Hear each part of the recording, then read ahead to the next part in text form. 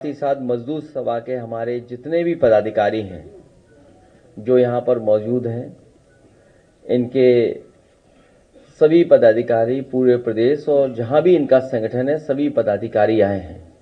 इन सभी पदाधिकारियों ने भरोसा दिलाया है कि जिस तरीके से सरकार मजदूरों के अधिकारों को छीन रही है, मजदूर भाइयों को कोई सुविधा नहीं दे रही, न उन्हें कोई सिक्योरिटी दे रही, न कोई सेफ्टी दे रही, और जो भी कुछ उनकी समस्याएं हैं उनका भी समाधान नहीं कर रहे। जिस तरीके से किसान का एक्सप्लॉयटेशन है चरम सीमा पर, उससे ज्यादा एक्सप्लॉयटेशन हमारे मजदूर भाइयों का हो रहा है।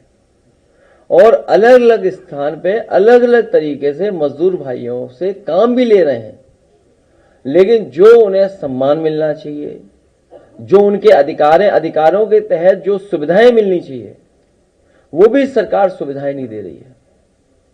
अगर देश की अर्थव्यवस्था आगे बढ़नी है, बिना मजदूरों के स्वाभिमान को, सम्मान को बढ़ाए कैसे अर्थव्यवस्था आगे बढ़ेगी। आज भी मैं पढ़ रहा था कि रिपोर्ट ये आई है कि चौथे नंबर पर अर्थव्यवस्था देश की बनने जा रही है। अगर हमारा मजदूर दुखी हो, मजदूर संकट में हो, किसान की आर्थिक स्थिति ठीक ना हो, और उस समय हम ये दावा कर रहे हो कि दुनिया में हमारी अवस्था क्या पहुंचने जा रही, किस स्थान पे हमारी अर्थव्यवस्था पहुंचेगी, ये सवाल खड़ा करता है। इसलिए मैं मजदूर भाइयों की समस्याओं का जो आज इन्होंने एक पॉलिटिकल चार्ट बनाया है, पॉलिटिकल कैलेंडर बनाया है, उसके तहत हमारे मजदूर सभा के लोग काम करेंगे। और भविष्य में जो समाजवादी पार्टी की लड़ाई है उसमें मजदूर भाइयों का और खासकर समाजवादी मजदूर संगठन का बहुत बड़ा योगदान होने जा रहा है। इनका नाम भी बड़ा आसान है, SMS, समाजवादी मजदूर सभा। ये नाम ऐसा है जो याद नहीं करना है, सबने पहले ही रटा हुआ है, SMS। ये SMS हर मजदूर की समस्या का SMS हम लोगों तक पहुंचाएगा। ये हमारे SMS ताकत बनेगी, हमारी पार्टी के संगठन की मजबूती पहुंचाने का काम करेंगे।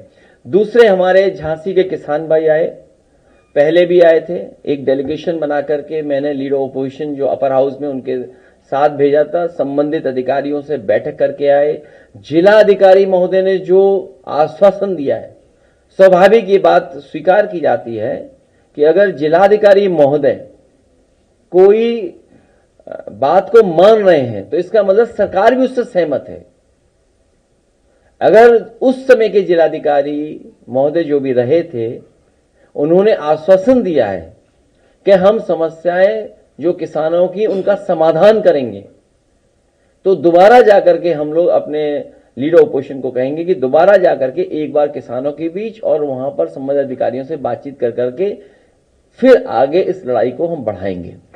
और अगर ये सरकार ने फैसला लिया है कुछ कैबिनेट्स में जो हमारी जानकारी में नहीं है, लेकिन हम किसानों के लिए, ये जो झांसी के किसान या उत्तर प्रदेश के अलग अलग जगह के किसानों को जो विकास के लिए, उद्योग के लिए, कारोबार के लिए जमीन छीनी जा रही है, समाजवादी पार्टी की मांग है कि उनको बाजार भाव मिलना चाहिए, बाजार की कीमत मिलनी चाहिए, जो मार्केट प्राइस है वो मिलना चाहिए, और दबाव बना करके किसी भी सहमति के कागज पर दस्तखत नहीं कराने चाहिए।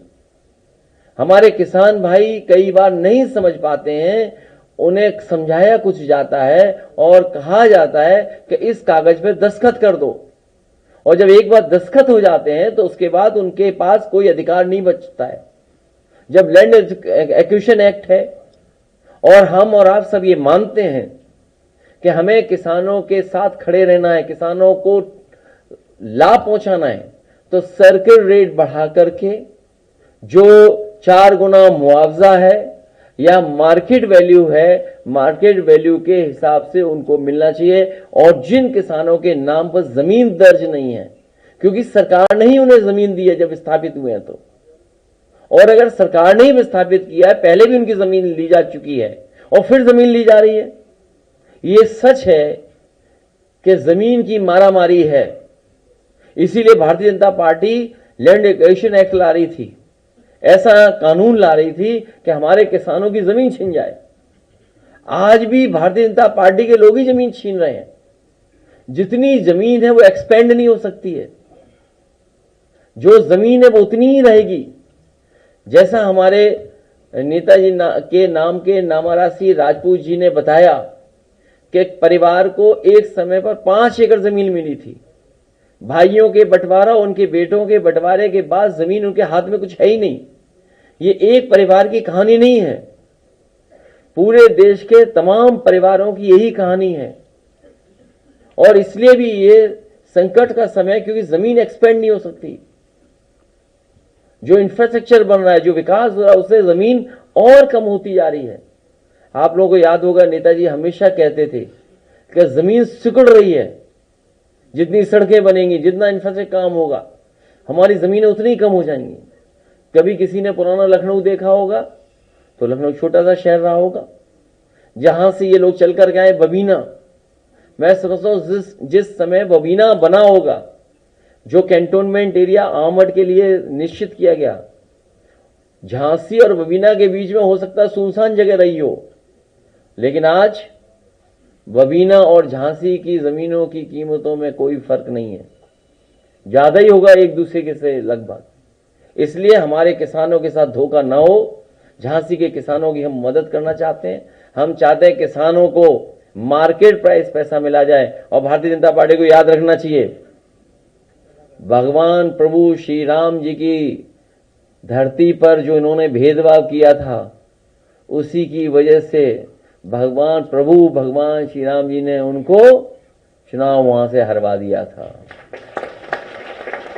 अयोध्या के लोगों की, गरीबों की जमीनें भारतीय जनता पार्टी के लोगों ने छीनी थी, लूट की थी, उसमें मुनाफा कारोबार करने का काम किया था। उसी का परिणाम यह हुआ कि प्रभु श्री राम जी ने भारतीय जनता पार्टी को अयोध्या की धरती से हरा दिया था और पूरे देश में एक संदेश दिया था कि कम्युनल पॉलिटिक्स का अंत होगा, कम्युनल पॉलिटिक्स और आगे नहीं बढ़ सकती है। झांसी के लोग, किसान भाइयों से भी कहूंगा, इन भारतीय जनता पार्टी को सबक सिखाएं। पूरे बुंदेलखंड के लोग सबक सिखाएं, क्योंकि वहां पर जा करके भारतीय जनता पार्टी ने झूठ बोला है। मिसाइल बनाएंगे, फाइटर पायलट, वो फाइटर एयरक्राफ्ट बनाएंगे। आज अगर गोला बारूद, तोप, गोली, बंदूक बन गई होती तो हमें बाहर से नहीं मंगाना पड़ता कुछ भी। हमारे बुंदेलखंड में मिसाइलें बन गई होती तो हमें रशिया से मिसाइल नहीं मंगानी पड़ती, दूसरे देशों की तरफ नहीं देखना पड़ता। बताओ कब कहा था कि हम मिसाइल्स बनाएंगे, आप याद कीजिए। लेकिन सुनने में आया है कि वो होम मिनिस्ट्री से कोई एक आया है चिट्ठी कि अब कोई बात नहीं कर सकता है डिफेंस को लेकर के, इसलिए हम अपने शब्द वापस ले रहे हैं। लेकिन भारतीय जनता पार्टी ने वादा ये किया था कि हम मिसाइल्स बनाएंगे, तोप बनाएंगे, टैंक बनाएंगे, राइफलें बनाएंगे, SLR बनाएंगे, मशीन गन्स बनाएंगे, न जाने क्या क्या बनाएंगे। लेकिन सुनने में आ रहा है झांसी में या बुंदेलखंड में कहीं भी सुतली का बम भी नहीं बनाया इन्होंने, और जमीन ले ली किसानों की। इसलिए इन किसानों के साथ धोखा ना हो, इन किसानों के साथ बेईमानी ना हो। अपने किसान भाइयों को हम कहते हैं, समाजवादी सरकार बनवाइए, मार्केट प्राइस से आपको मुआवजा दिलाने का काम करेंगे और सरकार के किसी कागज पे दस्तखत ना करें, सरकार के किसी कागज पे दस्तखत ना करें। आज जब मैं सुबह सुबह उठा, सुबह ही सुबह 6:15 के बाद एक खबर आई कि आगरा में अमन यादव का इनकाउंटर कर दिया गया। जैसे ही मैं उठा और कुछ देर बाद वो फ्लैश होना शुरू हो गई न्यूज, तो पता नहीं क्या मेरे मन में आया कि ये असली इनकाउंटर नहीं है, ये फेक इनकाउंटर है। तभी देखा मैंने कि आगरा से कार्यकर्ता का फोन आ रहा है। मैंने फोन उठा लिया तो जानकारी हुई कि सरकार के लोगों ने उसका गलत नाम चलवाया है। जो सरकार इनकाउंटर कर रही हो और उसका असली पूरा नाम न जानती हो तो बताओ फेक इनकाउंटर है कि नहीं है? जो सरकार असली पूरा नाम भी नहीं जानती है, ये जाति विशेष, खासकर हम सबको और खासकर समाजवादियों को, क्योंकि जैसा हमारे किसान भाई कह रहे थे, उन्हें पीड़ा है, जिसको पीड़ा है, तकलीफ है, उसके साथ पीडीए है, पीडीए है उनके साथ। जाति विशेष को बदनाम करने के लिए इन्होंने नाम जानबूझ करके चलवाया। जब मैंने वहां के लोकल पत्रकार साथियों से पूछवाया कि आखिरकार ये नाम क्यों लिखा गया, क्यों फ्लैश किया गया, तो उन्होंने कहा कि पुलिस के हैंडल पे ट्वीट किया गया था या मैसेज गया था। मैंने तत्काल उससे कहा कि उस मैसेज की स्क्रीनशॉट मांगिए, तो उसके बाद उसने स्वीकार किया प्रेस के लोगों कि उसे मौखिक बताया गया था। पुलिस के किसी बड़े अधिकारी ने उसे ब्रीफ किया था पत्रकारों को। इसलिए समाजवादी पार्टी की मांग है, जिसका असली नाम भी नहीं सरकार जानती है, पूरा नाम, ऐसे अधिकारी को तत्काल निलंबित करना चाहिए जो बदनाम करना चाहता है। ये आपराधिक कृत्य है।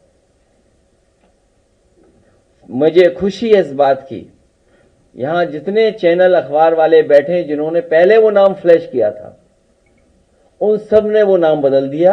मैं अपने प्रेस के साथियों का धन्यवाद देना चाहता हूं। नाम बदल दिया, इसका मतलब उन्हें पता है कि पीडीए की सरकार आ रही है। जैसे ही सूचना गई हमारे कार्यालय से, मैं अपने पत्रकार साथियों का विशेष धन्यवाद देता हूं कि जिन्होंने उस नाम में सुधार लाने का काम किया।